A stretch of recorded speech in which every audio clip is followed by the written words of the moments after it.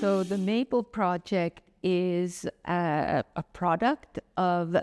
another project that was a cross-linguistic longitudinal program of study of early literacy in a number of European languages, 5 different languages.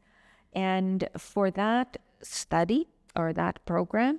a group of researchers, we were about 25 or so researchers, got together every so many months, and we worked out a battery of tests that we could administer to children at the same point in the school year, and that were hopefully measuring the same abilities and the same constructs. And that project generated many test materials, of which a number, about 15, proved to be really useful across the languages, useful indicators of the component skills of reading and writing, as well as useful measures of reading and writing themselves. Mm-hmm. And so when the project finished and we published our papers, and we were really satisfied that which were the good measures in the battery, a group of researchers from that project decided to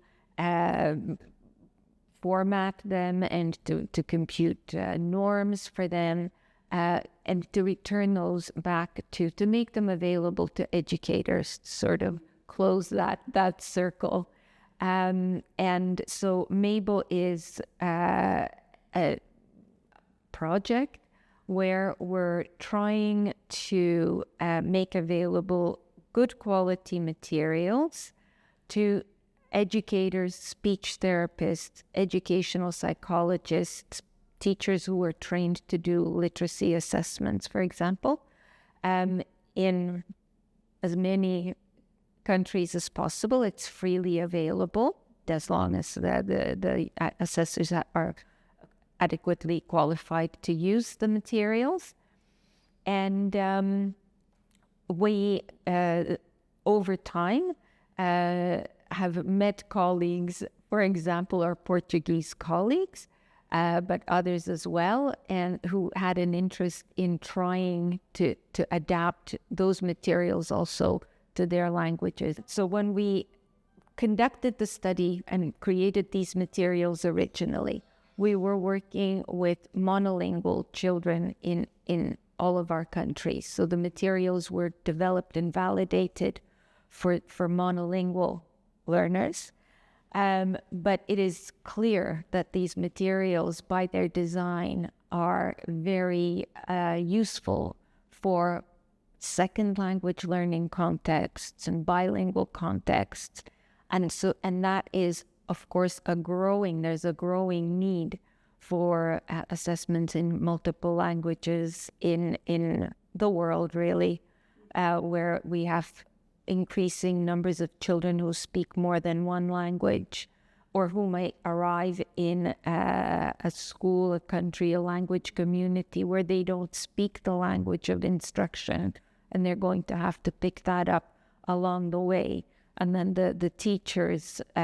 need to be able to understand whether that child may just have a lag because they haven't picked up the language yet, or do they have additionally a real difficulty, an underlying neurocognitive difficulty like dyslexia, for example. So a tool like the MABEL can help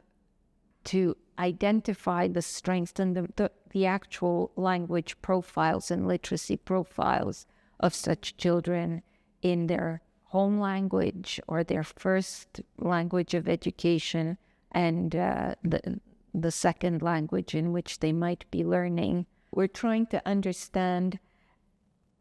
in a skill set, say, of 15 different measures. So phonemic awareness, the letter knowledge, the rapid naming, reading words, reading pseudo words, the whole battery, spelling, which of those measures, if any, might show complete transfer and be sufficient, that if the child comes into, say, a Portuguese classroom, but their first language is, I don't know, maybe a language that isn't really represented even in the MABEL. If it's represented in the MABEL, then the easy thing is to assess children on the full set of tests in both languages. That would give you some indication of how generalized, let's say, their phonological awareness problems are. So a part of the current research effort in the second language domain is to better understand which abilities do you really need to measure in the school language and the home language, and which ones might be sufficient just in one. So if you have only in the Portuguese classroom the Portuguese version of the test, is it sufficient to assess phonemic awareness in Portuguese of say a Czech first language learner, to get an indication of their phonological awareness in general? And yes, and so we are learning that some skills indeed are quite generalizable, so that the educators aren't so démunis, aren't so without resources, can still do something useful in terms of the assessment and understanding the child's profile, while some other abilities really need to be measured in both languages to get a better sense of the child's difficulties. I think the materials, once they're ready, in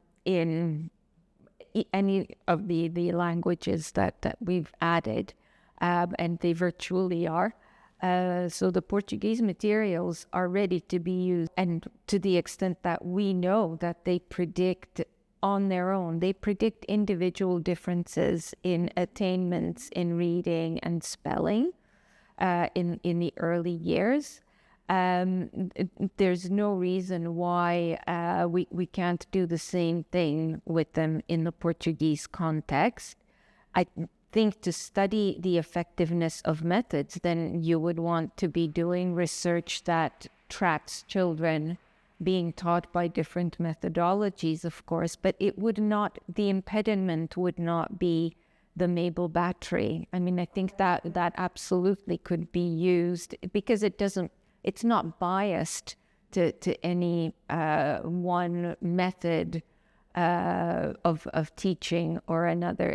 They're just discrete measures of different skills that should be independent.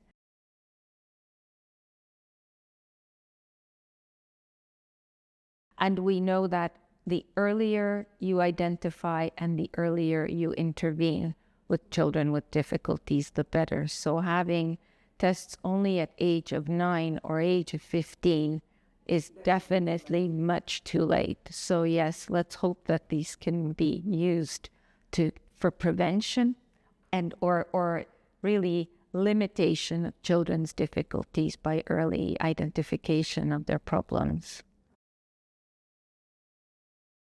The idea of having a tool that is available in many different languages, that is freely available to qualified users, but nevertheless, I think that's something that I would like to see really have its life, I would like to see this tool become used until something better comes along, of course, but in the spirit of something that I saw in a presentation just before we did this interview by Professor Ana Paula Vale, who's one of her slide titles was "Literacy is a Right, it's a Human Right." And I think that the whole MABEL team is very much of that kind of persuasion, that we want to make materials from research that are useful, that are valid, that are reliable, available to educators to facilitate and promote literacy as widely as possible, because indeed it is a human right, and it's really a huge benefit to be literate, and that's sort of the idea.